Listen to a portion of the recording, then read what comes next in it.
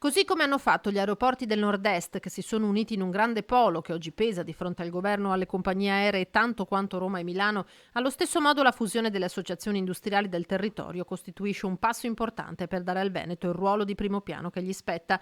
Ad affermarlo è il presidente di Save, Enrico Marchi, all'indomani della nascita di Confindustria Veneto Est. Noi come Veneto dobbiamo essere in grado di portare in sede nazionale delle posizioni importanti che ci mettano su un piano adeguato, altrimenti rimarremo sempre, quasi direi, la caricatura di noi stessi. È evidente che anche in passato con le associazioni industriali abbiamo perso qualche occasione importante forse, proprio perché ci siamo divisi. Infrastrutture, porti e aeroporti più volte chiamati in causa come strumenti di sviluppo del territorio. Marchi ribadisce la soddisfazione per l'aggiudicazione dei lavori della bretella ferroviaria che raggiungerà il Marco Polo di Tessera, opera per veder partire la quale ci è voluto un lavoro di 20 anni. Anche questa volta abbiamo rischiato fino all'ultimo, grazie a qualche disturbatore solitario che metteva in giro notizie false, di perdere anche la delibera del Consiglio dei Ministri e di perderla e quindi di andare avanti negli anni. Burocrazia che ha fortemente rallentato l'iter del master plan dell'aeroporto Canova di Treviso, la cui attuazione è ormai prossima. Dipendesse da me l'avremmo già visto da anni. Mi auguro comunque che il 2023 sia l'anno che vede finalmente l'inizio dei lavori. Infine le polemiche sugli aerei troppo bassi in atterraggio allo scalo trevigiano. Possono essere degli atterraggi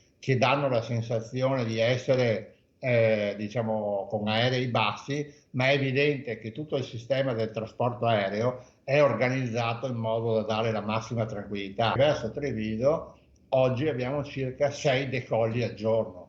Se voi andate in città come Londra, eccetera, vedete come avviene, vedete cosa succede nei dintorni degli aeroporti dove c'è un livello di urbanizzazione molto superiore anche a quello di Treviso. È una, diciamo, un'istanza non accettabile quella di chi magari si è costruita una casa intorno all'aeroporto e poi vuol far spostare l'aeroporto.